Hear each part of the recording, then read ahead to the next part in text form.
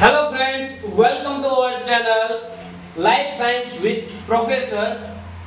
हमारे चैनल पे हम CSI और नेट यानी कि लाइफ साइंस के रिलेटेड जो टॉपिक है उसके बारे में आपको पढ़ाएंगे।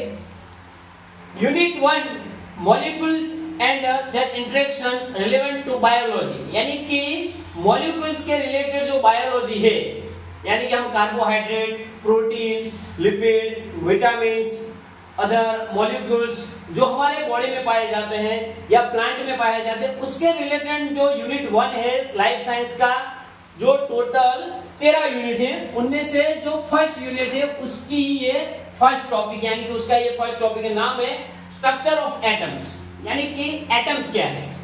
तो एटम की बात की जाए तो एटम वो ग्रीक वर्ड है, उसका मतलब होता है इनडिविजिबल, यानी कि उसका विभाजन नहीं कर सकते, आप उसको तोड़ नहीं सकते। हालांकि अभी जो रिसर्च चल रही है, हालांकि हम जो अभी का टेक्नोलॉजी देख रहे हैं उसके हिसाब से हम एटम को भी तोड़ सकते हैं, लेकिन पुराने जो साइंटिस्ट थे वो ये बता रहे थे कि एटम का मीनिंग ये होता है कि इनडिविजिबल, वो ग्रीक वर्ड है, यानी कि उसे हम तोड़ नहीं सकते।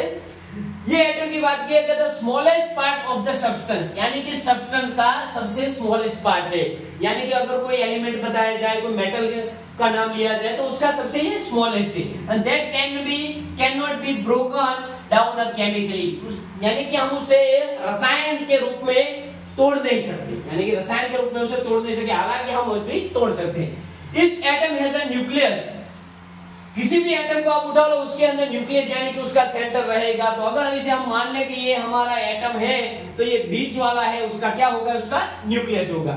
और बताया गया है कि nucleus has a protons and neutrons, यानी कि nucleus have a protons and neutrons, उसके पास दो ऐसे भाग होते हैं, एक होता है प्रोटॉन और दूसरा होता है न्यूट्रॉन। जो प्रोटॉन होता है वो पॉजिटिव चार्ज दिलाता है, प्रोटॉन होता है वो पॉजिटिव चार्ज, और न्यूट्रॉन के पास कोई चार्ज होता नहीं, यानी कि no charge and neutral condition में जीता है।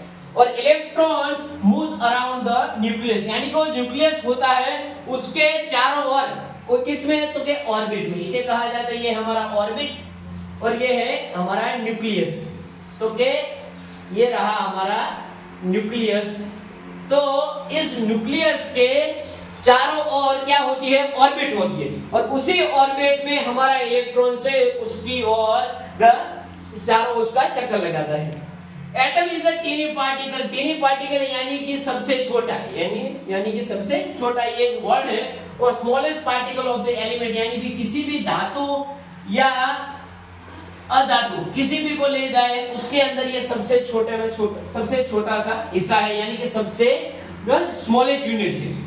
अगर बात की जाए कि प्रोटॉन को डिस्कवर किसने किया था, तो 1917 में रुदरफोर्ड और गोल्डस्टाइन ने 1886 में किया था, लेकिन क्रेडिट सभी को रुदरफोर्ड को दिया जाता है, कारण कि रुदरफोर्ड ने कैथोड और एनोड ये थियरी को हमें पूरी तरह से समझाया था, और आप केमिस्ट्री में अगर पढ़ते हो तो आपको इसको पूरी तरह से आप जान भी सकते हो। बात की जाए न्यूट्रॉन की, तो उसकी डिस्कवरी है वो डिस्कवर्ड है वो 1932 में चैडविक ने किया था, और इलेक्ट्रॉन को जे थॉमसन ने 1897 को किया था। तो ये एटम है, तो इसमें से कोई एमसीक्यू आने के चांस बहुत कम है, क्योंकि हमारा जो मेन सिलेबस है वो लाइफ साइंस है। क्या है, लाइफ साइंस है। तो ये हमारे लिए यूनिट 1 का सिर्फ इंट्रोडक्शन ही रहेगा, इसके अलावा केमिस्ट्री में हम ज्यादा घुसने वाले नहीं। अगली थियरी है वो बायोमोलिक्यूल्स के, और बाद में हम कार्बोहाइड्रेट, प्रोटीन और लिपिड के बारे में देखेंगे। तो मिलते हैं अगले लेक्चर में। थैंक यू, धन्यवाद।